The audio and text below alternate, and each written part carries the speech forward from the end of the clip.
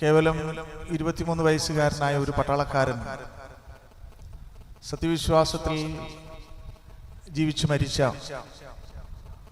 ആ വ്യക്തിത്വം ഇന്നും ഇത്ര നൂറ്റാണ്ടുകൾക്ക് ശേഷവും ജനഹൃദയങ്ങളിൽ 23 വയസ്സ് മാത്രമുണ്ടായിരുന്ന ഒരു മനുഷ്യന്റെ ജീവിതത്തെ എത്രമാത്രം ആഘോഷത്തോടെയാണ് ജനങ്ങൾ ആ ജീവിതത്തെ സ്മരിക്കുന്നത് എന്ന് ഓർക്കുമ്പോൾ ഗീവർഗീസ് സഹദാ നൽകിയ ആ ജീവിത വിശുദ്ധിയും സന്ദേശവും ഒക്കെ എത്രമാത്രം ശ്രേഷ്ഠമായിരുന്നു എന്നുള്ളത് ഓർക്കണം.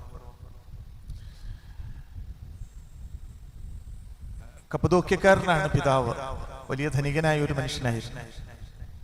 പക്ഷെ അമ്മ പാലസ്തീനിലെ ഇദ്ദോ എന്ന് പറയുന്ന ഗ്രാമക്കാരിയാണ്. ചെറുപ്പത്തിലെ തന്നെ അപ്പൻ മരിച്ചതുകൊണ്ട് അമ്മ പാലസ്തീനിലുള്ള ഇദ്ദോ എന്ന് പറയുന്ന ഇന്നത്തെ ടെല്ലവീവിന് അടുത്തായിട്ടുള്ള ജോപ്പ പട്ടണത്തിന് തുറമുഖത്തിന് അടുത്തായിട്ടുള്ള സ്ഥലമാണ് ഇദ്ദോ. അവിടെ കപ്പദോക്യയിൽ നിന്ന് കഴിഞ്ഞ് പാലസ്തീനിൽ വന്ന് ടർക്കിയാണ്, കപ്പദോക്യ ടർക്കിയാണ്.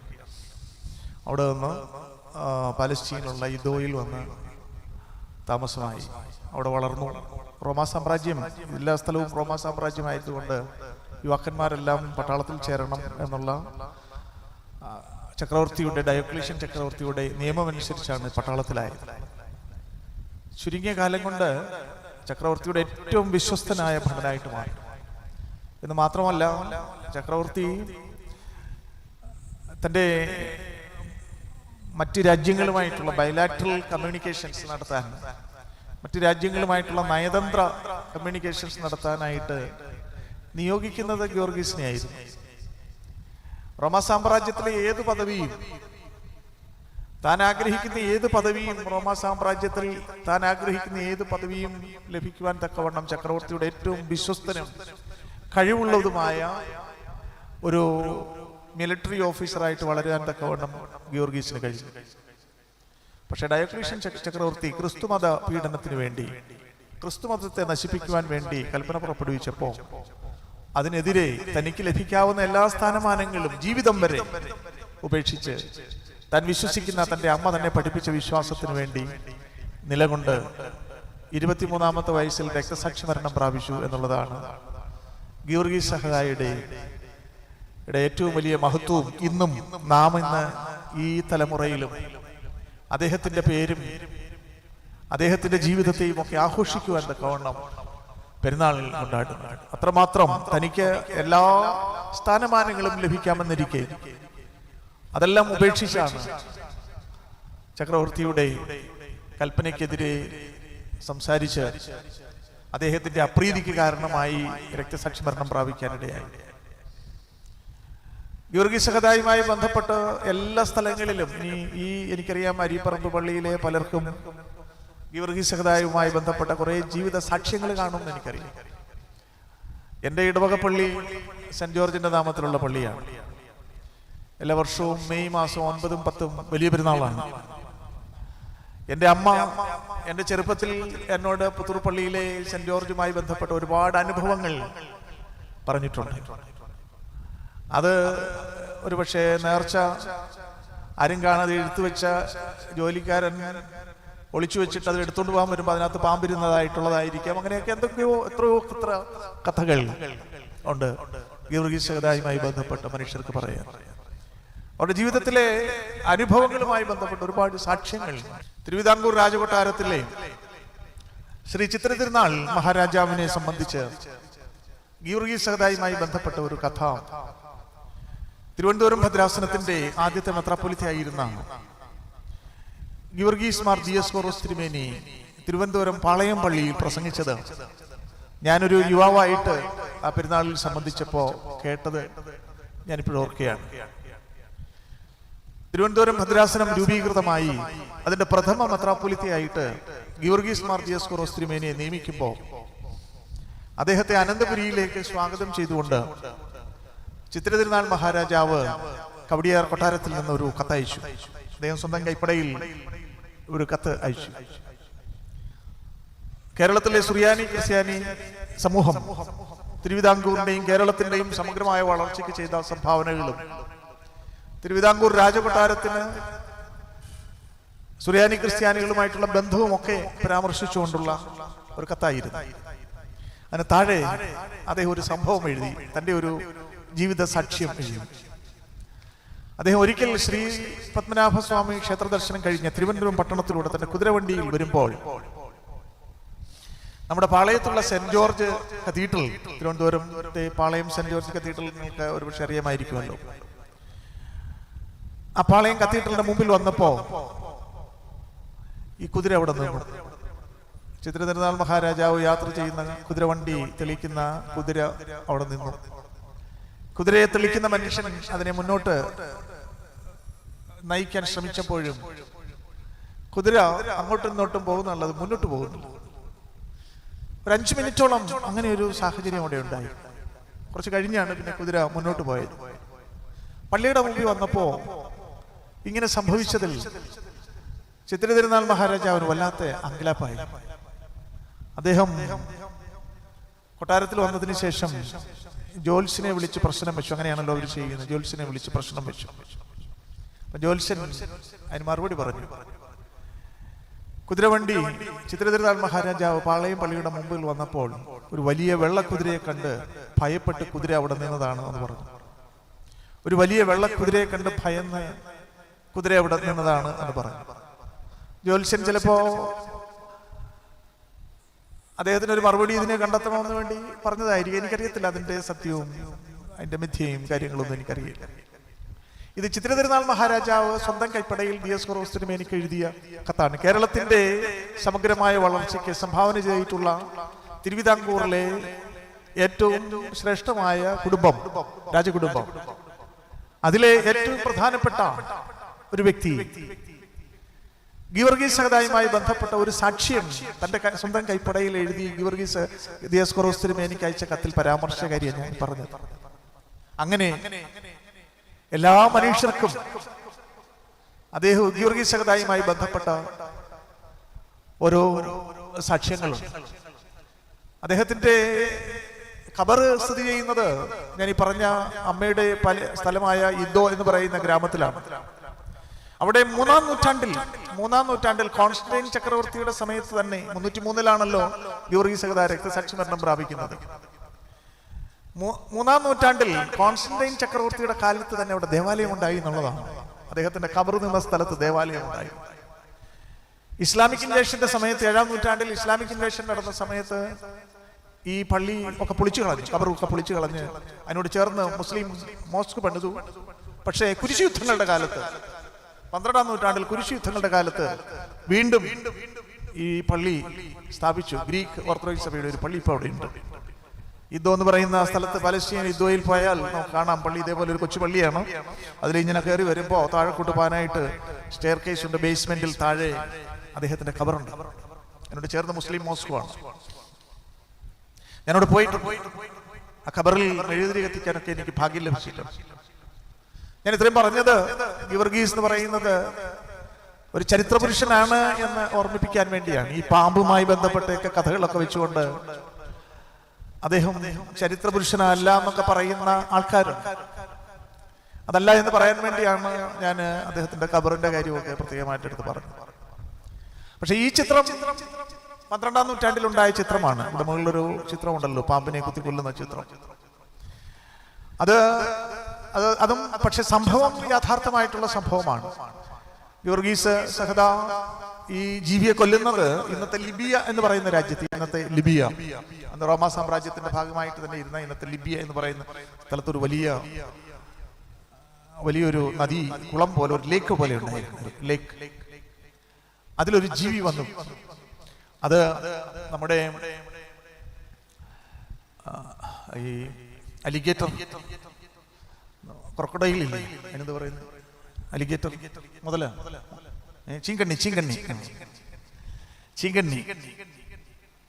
ചീങ്കണ്ണി പോലെ ഒരു ചീങ്കണ്ണിയാകാം. ഇതിനകത്ത് നോക്കുമ്പോൾ പാമ്പ് പോലെ അല്ലല്ലോ ഇരിക്കുന്നത്, അല്ലേ? ചീങ്കണ്ണി പോലെ ഒരു ജീവിയാണ്. പല്ലിയൊക്കെ ചീങ്കണ്ണിയൊക്കെ ഒരു ഫാമിലിപ്പെട്ടതാണ്. നിങ്ങൾ പല്ലി ആഹാരം കഴിക്കുന്ന കണ്ടിട്ടുണ്ടോ?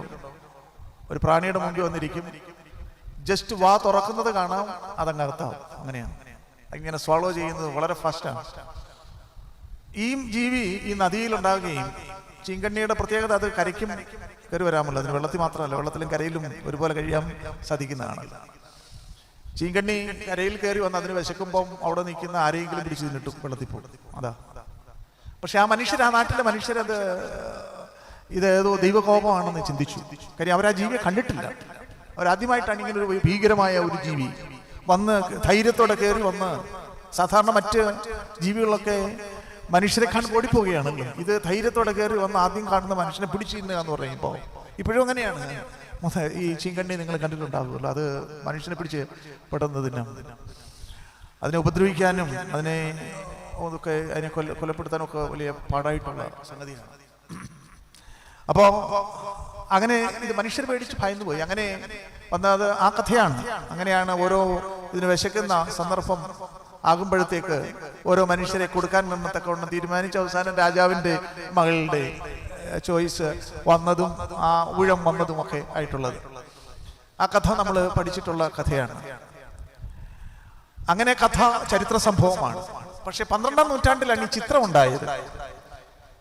ഈ ചിത്രം ഉണ്ടാകുന്നത് കാരണം കുരിശുയുദ്ധങ്ങളുടെ സമയത്ത് ബൈസാന്റിയൻ ഓർത്തഡോക്സ് സഭ അന്നത്തെ യുവാക്കന്മാരെ വിശ്വാസത്തിൽ പിടിച്ചു നിർത്തുവാൻ വേണ്ടി, അന്നത്തെ സഭയിലെ യുവാക്കന്മാരെ വിശ്വാസത്തിൽ പിടിച്ചു നിർത്തുന്നതിന് വേണ്ടി വിശ്വാസവീരനായ ഗീവർഗീസ് സഹദായുടെ ചിത്രം, കഥയും ചിത്രവും പബ്ലിഷ് ചെയ്തു.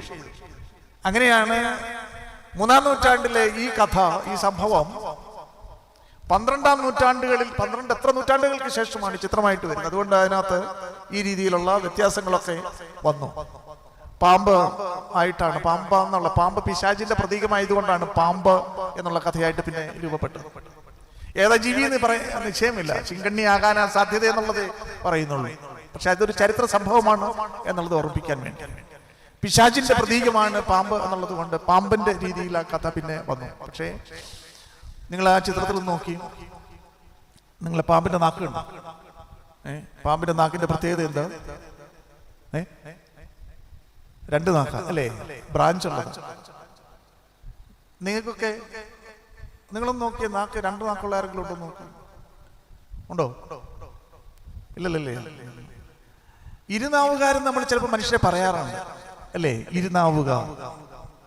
ഇവിടെ നിന്നൊന്ന് പറയും, അവിടെ ഇരുന്ന് എല്ലാവരെയും സന്തോഷിപ്പിച്ച് പ്രീതിപ്പെടുത്തിയതിനു ശേഷം അവിടെ ചെല്ലുമ്പോൾ, അടുത്ത കൂട്ടത്തിൽ ചെല്ലുമ്പോൾ അവിടെ ഈ പറഞ്ഞത് അവിടെ ശരിയാകയില്ല എന്ന് കാണുകയാണെങ്കിൽ അവിടെ നേരെ മാറ്റി പറയും. ഇവിടെ പറഞ്ഞതേ മറന്നുപോകും. അങ്ങനെ അവസരത്തിനകത്ത് സംസാരിക്കുന്നവരെയാണ് നമ്മൾ എന്ത് പറയുന്നത്? ഇരുനാവുക. അത് പിശാചിന്റെ പ്രതീകമാണ്. പിശാചിന്റെ. ഇംഗ്ലീഷിൽ ഈ പാമ്പിന്റെ നാക്കിന് ഒരു വാക്കുണ്ട്.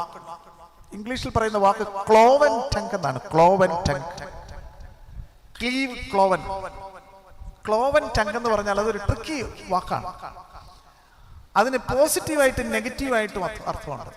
രണ്ടായിട്ട് വന്ന് ഒന്നായി മാറുന്നതിനെ, ക്ലീവ് അല്ലെങ്കിൽ ക്ലോവൻ എന്ന് പറയും. ഒന്നായിട്ട് വന്ന് രണ്ടായിട്ട് മാറുന്നതിനും ക്ലീവ് അല്ലെങ്കിൽ ക്ലോവൻ. മുറിച്ചു മാറ്റപ്പെട്ടത് എന്ന് പറയുന്നതിനും ഒന്നായി തീരുന്നത് എന്ന് പറയുന്നതിനും രണ്ടിനും ഒറ്റപ്പദം ഉപയോഗിക്കും. നേരെ നെഗറ്റീവ് ഉപയോഗിക്കും. കോണ്ടെക്സ്റ്റ് അനുസരിച്ച് നമ്മൾ ഇത് അർത്ഥം മനസ്സിലാക്കുന്നു. അത് ഇംഗ്ലീഷിലെ ഈ വാക്കിന്റെ പ്രത്യേകതയാണ്. അതുകൊണ്ട് അതൊരു ട്രിക്കി വേർഡാണ്. ക്ലോവൻ ടങ്. പാമ്പിന്റെ വായിൽ നിന്ന് അകത്തുനിന്ന് ഒറ്റ നാവായിട്ട് ഇങ്ങോട്ട് വന്നു, പിന്നെ രണ്ടായിട്ട് അങ്ങ് മാറുകയാണ്. രണ്ടായിട്ട് മാറും. വേദപുസ്തകത്തിൽ ഇത് 2-3 പ്രാവശ്യം ഉപയോഗിച്ചിട്ടുണ്ട്. പഴയ നിയമത്തിൽ ഈ ക്ലോവ് അല്ലെങ്കിൽ ക്ലീവ്, ക്ലോവൻ അല്ലെങ്കിൽ ക്ലീവ് എന്നുള്ള പദം വേദപുസ്തകത്തിൽ ഉപയോഗിച്ചിട്ടുണ്ട്. ഉൽപ്പത്തി പുസ്തകം 2-ാം അധ്യായം 24-ാം വാക്യം, അങ്ങനെ പുരുഷൻ തന്റെ അപ്പനെയും അമ്മയെയും വിട്ടുപിരിഞ്ഞ ഭാര്യയോട് പറ്റിച്ചേരും, അവരൊരു ശരീരമായിരിക്കും എന്ന് പറയുന്നുണ്ട്. ഒരു ശരീരം, 2 മനുഷ്യര് ഒന്നായി മാറുന്നതാണ് അവിടെ ഉപയോഗിച്ചിരിക്കുന്ന പദമാണ്. 2 മനുഷ്യർ. അങ്ങനെ പുരുഷൻ തന്റെ അപ്പനെയും അമ്മയെയും വിട്ടുപിരിഞ്ഞ ഭാര്യയോട് പറ്റിച്ചേരും, അവരൊരു ശരീരമായിരിക്കും. അതിനുപയോഗിച്ചിരിക്കുന്ന പദമാണ് ഒന്നായി മാറുന്നത്. 2 പേര് ഒന്നായി മാറുന്ന അതിനുപയോഗിച്ചിരിക്കുന്ന പദമാണ് എന്താ? ക്ലോവൻ അല്ലെങ്കിൽ ക്ലീവ് എന്ന് പറയുന്നത്. വേറൊരു സന്ദർഭത്തിൽ ഉപയോഗിക്കുന്നുണ്ട്. ഉൽപ്പത്തി പുസ്തകം 25-ാം അധ്യായത്തിലായി ഇസഹാക്കിന് റബേക്ക 2 മക്കൾക്ക്, ഇരട്ട മക്കൾക്ക് ജന്മം നൽകുകയാണ്. ആദ്യം അമ്മയുടെ വയറ്റിൽ നിന്ന് ഏശാവ് പുറത്തു വന്നു. രണ്ടാമത് ആര് വന്നു? യാക്കോബ് പുറത്തു വന്നു. നിങ്ങൾ വായിച്ചിട്ടുണ്ടോ 25-ാം അധ്യായത്തിൽ അത് എങ്ങനെ എഴുതിയിരിക്കുന്നതെന്ന്? ഏശാവ് പുറത്തു വന്നു, യാക്കോബ് പുറത്തു വരുമ്പം അവൻ ചേട്ടന്റെ കാലെ പിടിച്ചോണ്ടാവുന്നു. അവരൊന്നായിട്ടാവുന്നു.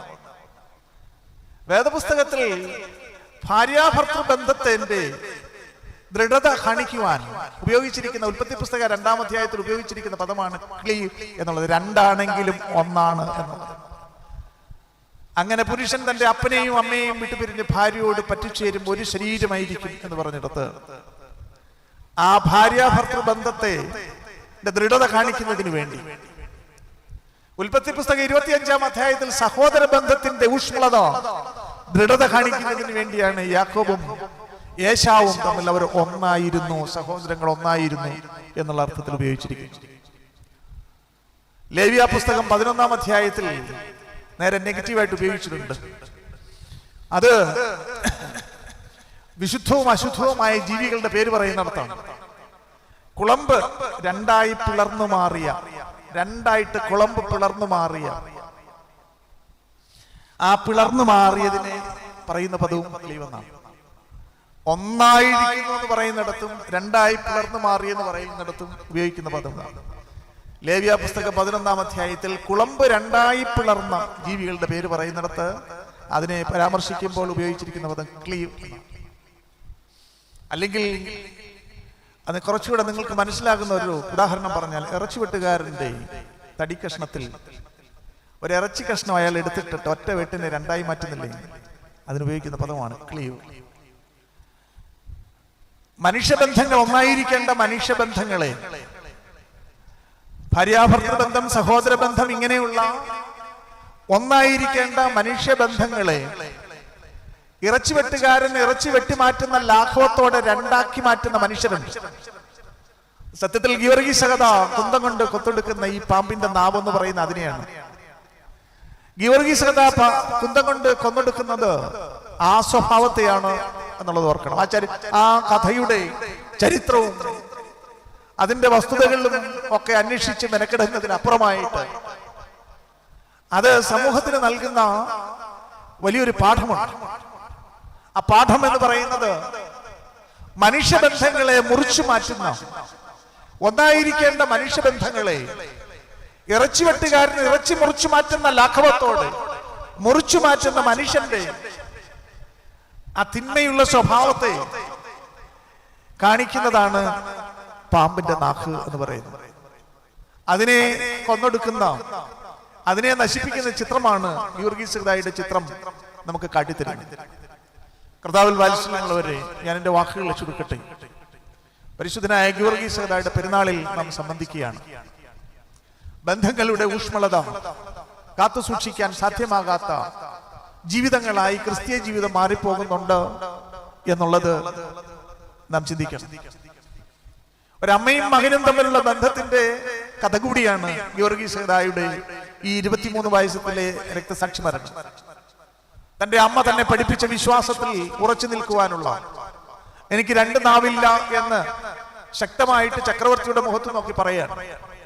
തനിക്ക് നേടിയെടുക്കാവുന്ന എല്ലാ സൗകര്യങ്ങളും വേണ്ടെന്ന് വെച്ച് തന്റെ അമ്മ തന്നെ വളർത്തിയ ആ വിശ്വാസത്തിൽ ഉറച്ചു നിൽക്കുമെന്ന് ശക്തമായിട്ട് പറയാൻ സാധിക്കുന്ന നാവ്.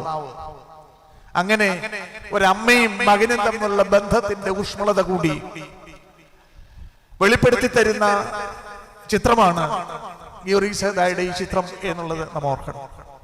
എല്ലാ ബന്ധങ്ങളിലും നാം കാത്തു സൂക്ഷിക്കേണ്ട ഭദ്രത കാത്തു സൂക്ഷിക്കണമെന്ന് നമ്മെ ഓർമ്മപ്പെടുത്തുന്നത് കൂടിയാണ് ഗീവർഗീസ് സഹദായുടെ പെരുന്നാൾ.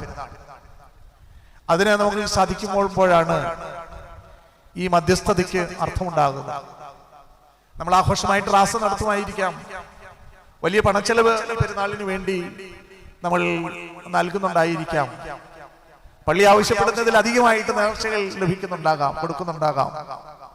പക്ഷെ ഗീവർഗീസ് സഹദായുടെ മധ്യസ്ഥത നമുക്ക് അനുഗ്രഹമായി മാറുന്നത് അദ്ദേഹം എങ്ങനെ ജീവിതത്തിൽ വിശ്വാസത്തിന്റെ മാതൃക കാണിച്ചു തന്നുവോ, ബന്ധങ്ങളുടെ ഊഷ്മളത കാത്തു സൂക്ഷിക്കാൻ നമ്മോട് ആവശ്യപ്പെട്ടിരിക്കുന്നുവോ, അത് ജീവിതത്തിൽ കാത്തു സൂക്ഷിക്കാൻ നമുക്ക് സാധിക്കുക എന്നുള്ളതാണ്. അതായിരിക്കും ഏറ്റവും വലിയ പ്രാർത്ഥനയും നേർച്ചയും കാഴ്ചയും ഒക്കെ എന്നുള്ളതും നാം പ്രത്യേകമായിട്ട് ഓർക്കണം. അതൊന്ന് സ്മരിക്കുവാൻ തക്കവണ്ണം ഈ പെരുന്നാൾ മുഖാന്തരമായി തീരട്ടെ.